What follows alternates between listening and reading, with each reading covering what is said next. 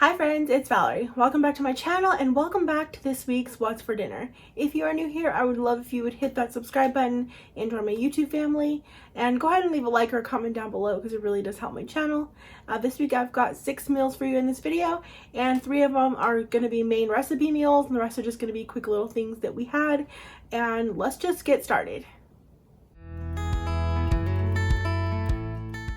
On this first night, I just kept it really simple and made some BLTs. I used my favorite like oat nut bread, just bacon, lettuce, tomato, got some American cheese, and we had some leftover pasta salad from a barbecue we had just had with our friends the past couple days before that.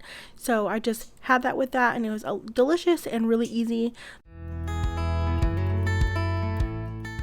So for this meal, I saw someone make something like this on TikTok. They didn't have an exact recipe, but it looked delicious. So I'm trying to recreate it here. And I'm just taking some chicken tenderloin, and I don't know, this is maybe 1 to 2 pounds worth, not really sure. There's about 8 tenderloin here, 9. And I'm just seasoning it with my favorite seasoning. So salt, pepper, garlic powder, onion powder, paprika. I have some Italian seasoning that I'm putting on there. And so just use what you like there, and just kind of like rubbing all that seasoning like on all over the chicken. I'm just kind of like massaging it into the chicken. This is going to flavor all of it nice and good. And then in the recipe, I saw them using coconut oil to make their chicken tenders, so I decided that sounded really good. So I'm gonna go ahead and put some of that in the bottom of my large skillet here over medium-high heat. And of course, if you do not like a coconut flavor, just sub your favorite oil, because there will be a light hint of a coconut taste to these, and I really thought that was delicious. But if you want to sub avocado or olive oil, whatever works for you. And then I just went ahead and placed all of those in that oil, and I'm gonna go ahead and cook them like maybe 4 or 5 minutes on each side. They're gonna get some golden brown crust on all those seasonings, and then I'm just flipping them over, and I'm gonna go ahead and cook them an additional 4 to 5 minutes until they are an internal temperature of at least 165 degrees. And then you're just gonna go ahead and remove those from your skillet, and I kept the grease from that in the bottom. And I'm gonna go ahead and add in a chopped small onion. I don't even know if it was a whole amount of onion, it's just kind of what I had here. So maybe it was like a really small, maybe even half. Just chop that up. I am cooking it a little in that grease that was left from cooking the chicken, and then I just took a little bit of Better Than Bouillon chicken, flavored Better Than Bouillon, and put a little bit in there, maybe a teaspoon's worth, and some of that like pressed garlic or minced garlic in the container there. I just want to put what I had there in there, and if you have fresh garlic, that would be amazing. I didn't have any. And just go ahead and let those onions saute a bit. Then you're going to go ahead and add in some heavy cream. I'm going to say about 1 cup's worth of heavy cream or so.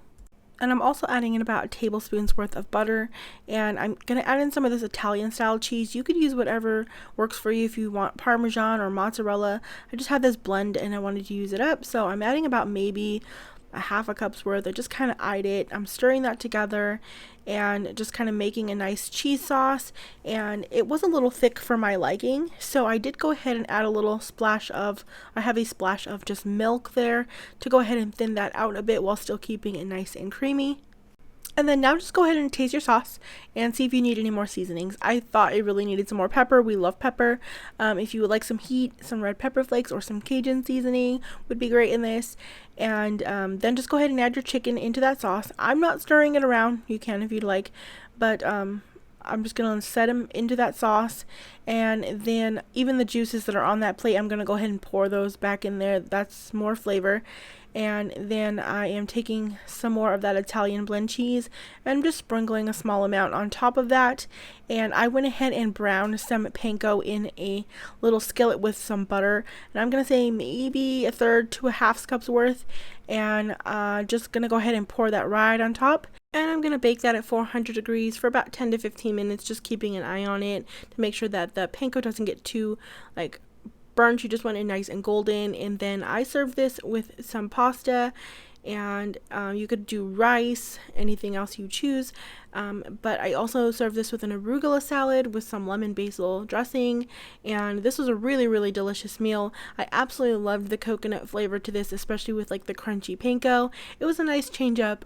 It wasn't overbearing, but it had a nice light coconut taste. Again, if you don't like that, go ahead and just use a different oil on that, but we loved this meal. On this night, I was craving some crunchy tacos, so I just cooked up some shells. I made some ground turkey with taco seasoning, and I went ahead and just cut up our favorite taco toppings like lettuce and tomato, and made some Spanish rice, and of course just put cheese and sour cream and all those nice taco fixings. And this is always a hit for us. We just love a simple, nice, crunchy taco. It's so simple, but we could definitely have this every week. So for this, you're going to need a kielbasa, of course, and I was trying this one that I got at a grocery outlet, and I had never seen them before at any other store, so I don't even know who normally carries this brand, but it was delicious. So I'm going to have to find this again. It was just such an amazingly good smoky like taste. It smelled so good when cooking it.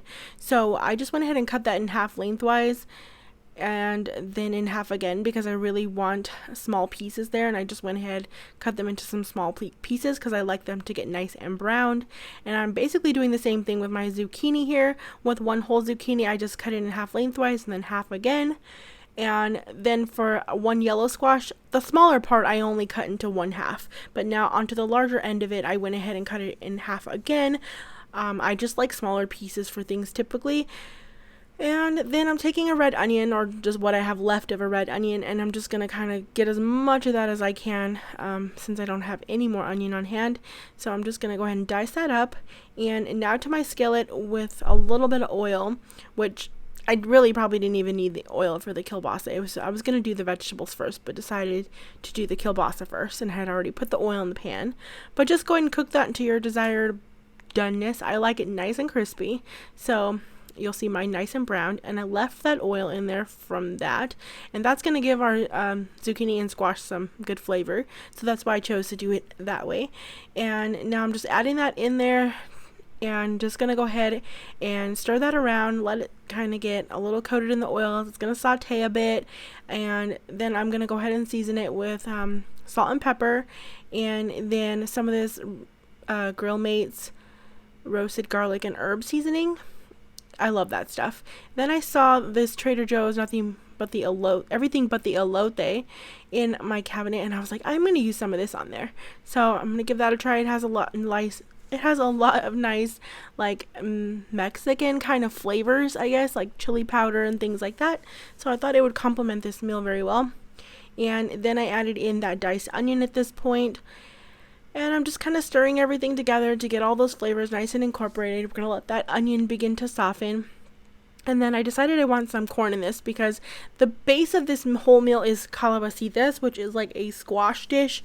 And it's one of my favorite things, and I don't even need meat in it. But yeah, so I had to have some corn, and then normally I add diced tomatoes, but I had some cherry tomatoes I wanted to use up, so I have those and added them in there with some a little bit of minced garlic that I had left. Then I'm taking some of this Better Than Bouillon roasted vegetable seasoning, and I'm going to go ahead and just add like a teaspoon in there right into like the liquid part of that skillet. Just kind of stir it up. This is just going to boost up that flavor. I really love this vegetable base. It adds a really nice, delicious flavor to seasoned dishes. So added some of that, and then once my vegetables were to my liking, as soft as you like them, then just go ahead and add the kielbasa back into there. Give it all a good stir. Just let that simmer a moment. And I'm taking this Mexican style cheese blend, and I'm just going to go ahead and add some in there. I'm not really measuring. It's just the remainder of the bag that I have left. I would say you want anywhere from a half a cup to a cup, but of course, just your cheese preferences. If you have to, just go ahead and stir it all together. See if you would like a little more cheesy than that. I actually do like it more cheesy than that when I have regular calabacitas without the kielbasa. I like it very cheesy when it's just the squash dish. So Go ahead and just add your preference. And that's that. I served this over rice, so I made some jasmine rice. And yeah, this was delicious because, again, like I said, I absolutely love calabacitas. So I was very excited about this. I've never had it with kielbasa in it, but it added a nice smoky flavor. I really enjoyed that kielbasa.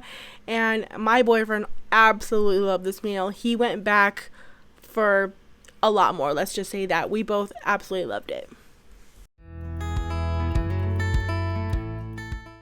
On this night, we kept it really, really easy by just cooking up one of our favorite frozen pizzas. This is just the Albertsons brand frozen pizza, and it is like a double pepperoni, so it's got pepperoni slices and chunks, and then this avocado ranch chopped salad kit.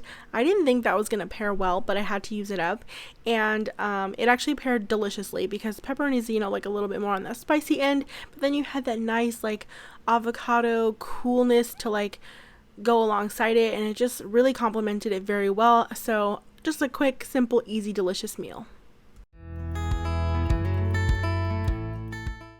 For this, I am starting off with a pound of ground turkey, and I have it in a large skillet over medium-high heat, and I'm just going to go ahead and brown that and break it up.